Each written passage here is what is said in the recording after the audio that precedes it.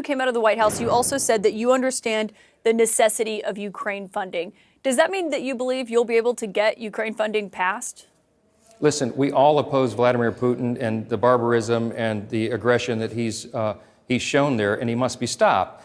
But what's happening in Ukraine right now, that status quo cannot be maintained. That's unacceptable. We cannot spend billions of dollars without a clear strategy articulated. And I told the president in the meeting today, again, as I've been saying repeatedly, sir, you have to articulate what the strategy is. What is the end game? What is the outcome of that we're trying to achieve? And how will we have accountability for the dollars, the precious taxpayer dollars of the American people? Well, when you were in the room with him, did you ask him those questions? I absolutely did, exactly that way. What did he tell you? I said, Mr. President, you've just spent a lot of time here talking about the safety and security and the sovereignty of Ukraine. How about the safety, security, sovereignty of the United States? That's what our people are demanding first. That is the priority. But when you asked him to lay out his plans on Ukraine specifically, what did he tell you? I mean, you were in there in the room with him. I didn't get any answers today, Caitlin. It was a round robin where all the senators and the chairman of the House, everyone got to say their piece, and then the clock expired and we ran out of time.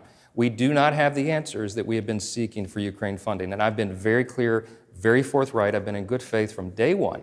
I went to the White House within hours of being handed the gavel to be Speaker back in late October, and I told the Secretary of State, Jake Sullivan, the NSA, I told Secretary Austin, I've told the White House, and the President himself, we need the answers that the American people are demanding and deserve. Do you think ultimately you'll get Ukraine funding passed?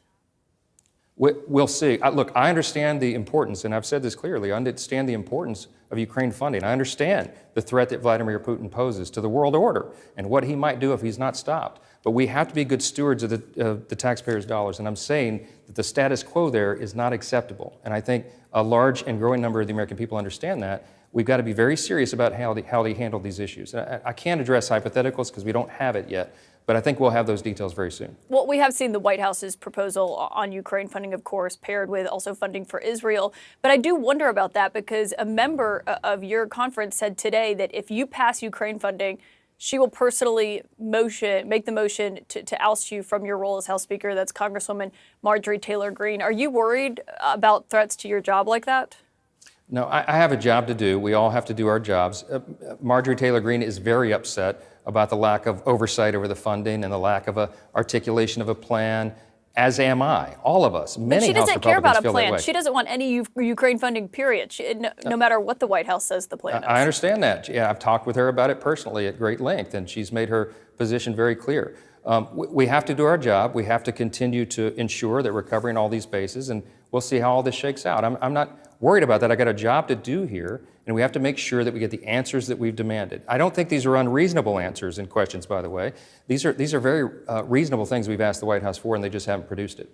Well, Jake Sullivan was in that meeting today, and from our readouts was going through what Ukraine needs and how immediate that need is. But I noticed there you didn't say whether or not you definitely do think Ukraine funding will get passed. You know, part of this entire funding conversation is whether or not there's going to be a government shutdown. Are you committed to avoiding a government shutdown, Speaker? Well, I think my actions have shown that we're trying to do the right thing, and that is to get the appropriations process completed.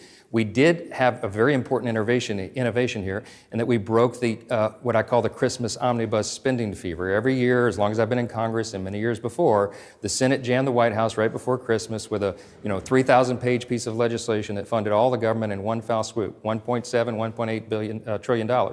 We didn't do that this year. We broke it up. So we have the deadlines coming up. We're going to pass a continuing resolution to allow a little bit more time for that process to go forward and keep the government operating. We have to demonstrate we can govern, and I think we will do that. And no more CRs after this, or is there a possibility that you may get down the road and have another CR? No, I sure hope they're not necessary, because I think all the appropriators are doing their work right now. But is that a yes or a no? Because you said I sure hope not, but I mean, you as Speaker can make the decision on that.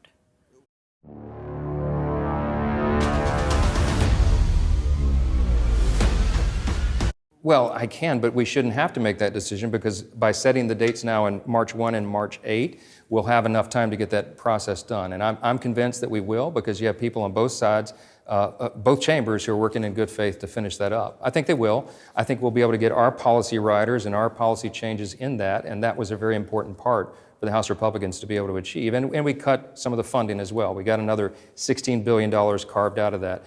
And I think those are important steps for us to take. Yeah, we've heard a lot of complaints from some lawmakers, Republican lawmakers who've been on this show about those CRs and what that spending plan is. But Speaker, let me ask you on the presidential race. You have endorsed former President Donald Trump in the 2024 race.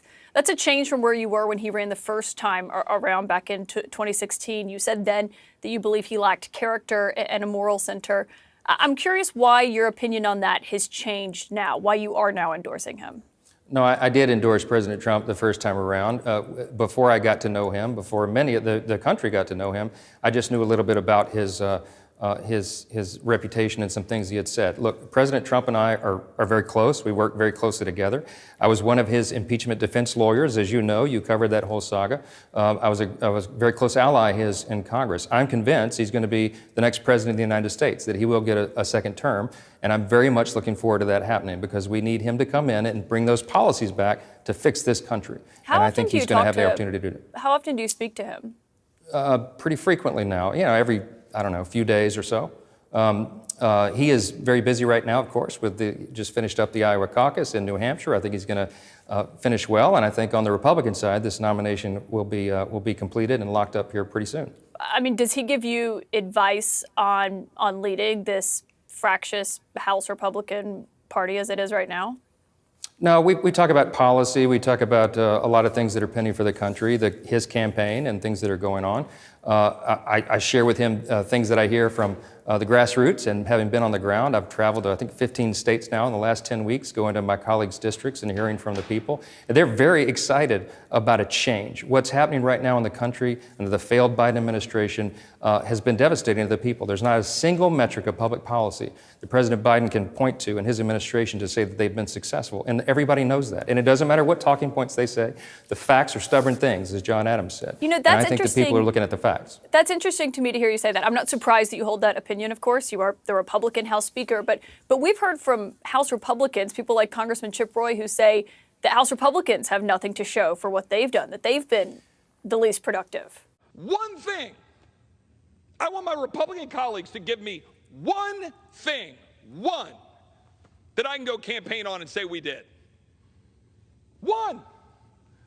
Anybody sitting in the complex, if you want to come down to the floor and come explain to me one material, meaningful, significant thing the Republican majority has done. When he said that, he was discounting the fact that we only have the majority in one chamber, in one house of the legislative body here. The Senate, of course, is controlled by Chuck Schumer and the Democrats. So we passed some very important legislation, landmark legislation, including H.R. 1, which is the energy bill that we passed, H.R. 2, which is the Secure the Border Act. Things like that we've sent over are sitting on Chuck Schumer's desk. So we only have control over one house of Congress, and we don't have the White House and the Senate. So, but doesn't that mean you have to compromise on things like immigration? Well, that's why I went to the White House today to talk that through. Of course, we have divided government, and that's what's required.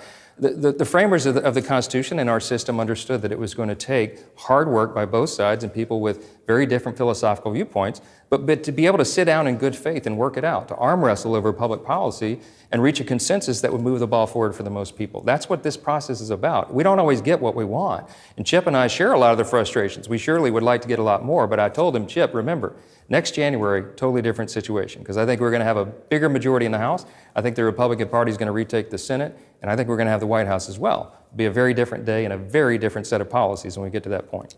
Yeah, we've seen that before. We'll see what happens.